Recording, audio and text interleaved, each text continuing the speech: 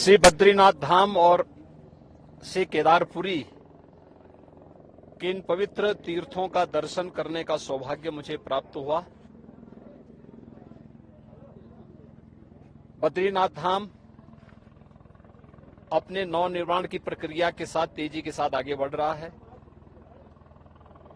और केदारपुरी हमारे 12 ज्योतिर्लिंगों में से एक पवित्र ज्योतिर्लिंग। पूरा देश और पूरी दुनिया में जहां कहीं भी सनातन धर्मावलंबी रहते हैं, वे सभी बड़ी आस्था के साथ, बड़ी श्रद्धा के साथ इन पवित्र तीर्थों का दर्शन करने के लिए उतावला रहता है। सन 2013 में एक त्रासदी के कारण केदारपुरी एक आपदा की चपेट में लगभग आ चुका था, लेकिन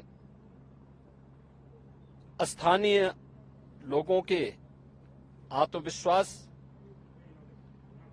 देश के यशस्वी प्रधानमंत्री आदरणीय मोदी जी के दृढ़ संकल्प और उनकी प्रेरणा और मार्गदर्शन में आज उत्तराखंड के हमारे दोनों ये पवित्र तीर्थ धाम एक नई आभा के साथ नए भारत की एक नई तस्वीर को प्रस्तुत कर रहे हैं। विरासत के प्रति सम्मान का भाव यही है। किस पवित्र भावना के साथ लाखों की संख्या में श्रद्धालु इन पवित्र तीर्थों में आ रहा है, वह हम सब के लिए एक नई प्रेरणा भी है और एक नए भविष्य की ओर हम सबका ध्यान आकर्षित भी करती है। स्वाभाविक रूप से समयबद्ध ढंग से मानक की गुणवत्ता को बनाए रखते हुए जिस तत्परता के साथ यहाँ पे कार्य चल रहा है, प्रधानमंत्री मोदी जी के प्रति उत्तराखंड के माननीय मुख्यमंत्री जी और उनकी पूरी टीम के प्रति मैं हृदय से आभार व्यक्त करता हूं, उन्हें धन्यवाद देता हूं। ये श्रद्धा का उमड़ता हुआ जन सैलाब ये नए भारत की नई तस्वीर को प्रस्तुत कर रहा है और सचमुच इसमें दृष्टि भी है, दूरदर्शिता भी है, इसमें पर्यटन भी है और श्रद्धालु जनों की जनास्था का सम्मान का भाव भी है। इन सब को समेटे हुए केदारपुरी का यह नवनिर्माण बहुत अच्छे ढंग से आगे बढ़ रहा है, यह अभिनंदनीय है।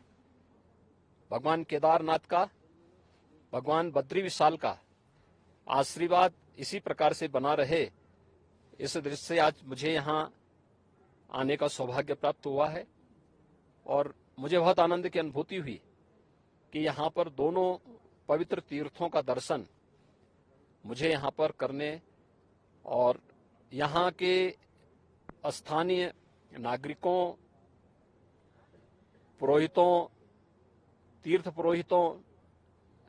के साथ साथ व्यवस्था से जुड़े हुए सभी पदाधिकारियों का,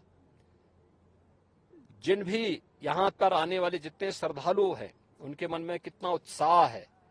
यात्रा की कोई थकावट नहीं। यही दिखती है कि यह तीर्थ स्थल आस्था के साथ साथ राष्ट्रीय एकात्मता के भी आधार है। सुदूर दक्षिण से भी, पूरब से भी, पश्चिम से भी, पूरे देश के अलग अलग कोनों से आए हुए श्रद्धालुजन हमारी राष्ट्रीय एकात्मता का नया दर्शन भी कराते हैं। मैं उत्तराखंड सरकार को इस सुविधा के लिए हृदय से धन्यवाद देता हूं।